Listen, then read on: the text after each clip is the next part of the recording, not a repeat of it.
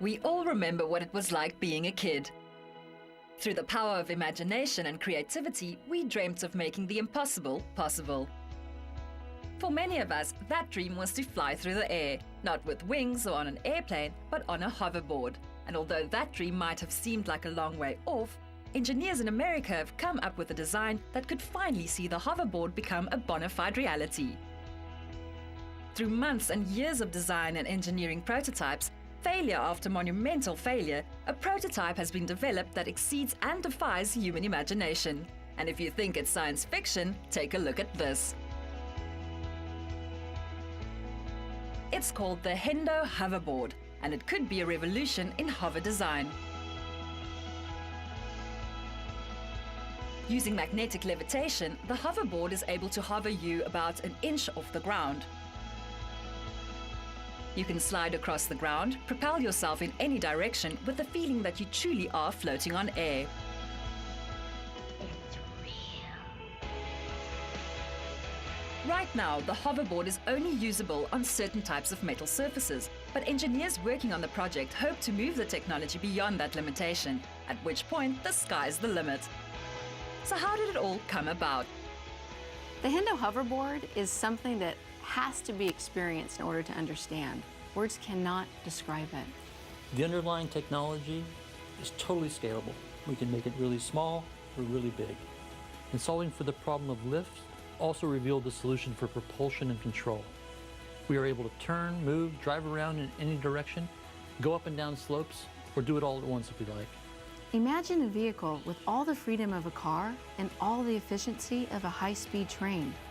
Through a Kickstarter fund that has seen the developers raise over $400,000 to make the hoverboard commercially viable.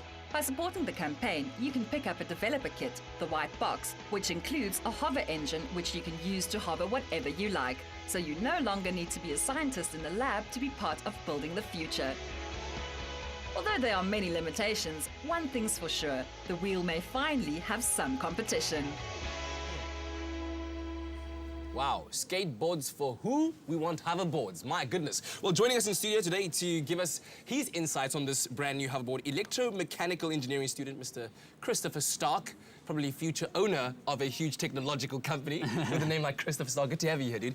So tell me about what you think of this new technology.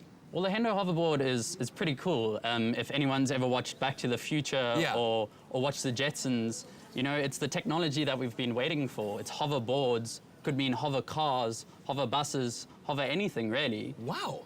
Is it actually new technology, or is it just something that's just been repurposed and found new application? Well, the physics behind it uses a concept called Lenz's law, and Lenz's law was found in 1833. Okay. So the physics behind it's pretty old, and the way it works is nothing new. Yeah. But it's old technology that has been repurposed in a slightly smarter way. Yeah.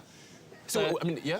I've got a little demonstration on how Lenz's law works. Okay, cool. So this is just a piece of copper pipe. Right. Standard copper pipe. Yep. You can tell it's copper because a magnet doesn't stick to it. Okay, just cool. a little magnet. All right. And a piece of metal. So this is just a standard piece of metal. Yep. And if you put that through the copper pipe, it just falls right through. We've just lost it. No, can't get it back now. Yeah. So that falls straight through. Yeah. But the cool thing is if you put a magnet through, you see how slowly it falls through. How does that happen? That's Lenz's law. Yeah. So when a magnet passes a conductor, it induces an EMF in the conductor. An which is electromagnetic field. Electric current in the conductor. Yes. And that electric current is called an eddy current. And that eddy current induces an electromagnetic field, which then repels the magnet. Wow. So what Hendo have done is instead of having a magnet falling through a copper pipe, they have an array of these magnets on a disc in a special array called a Halbach array.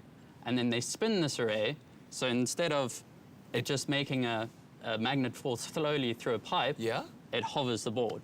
Because the magnets are kind of constantly falling through the field. That is incredible. It is quite incredible technology. Okay, so what do you think are the possible applications? You talked about cars and hover buses and. Well, anywhere where you have a wheel now or a sliding surface, you can replace it with this technology. Yeah. And the great thing about it is it's low friction, so it means high efficiency.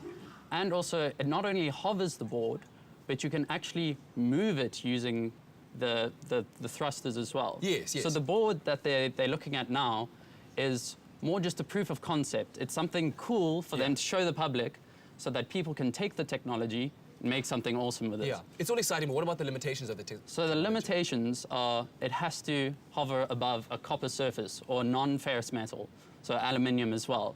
Okay. But what Hendo is saying is that they are making different substrates to make it cheaper for it to hover. Okay. So you're not going to have a copper road now Yeah, I was for, supposed your, to say, sand, I mean, for your hover car, but maybe if they find cheaper alternatives like graphene or carbon nanotubes, it could work. Fantastic stuff. Mr. Stock, thank you very, very much. Thank you for having me. I think, what's that law again?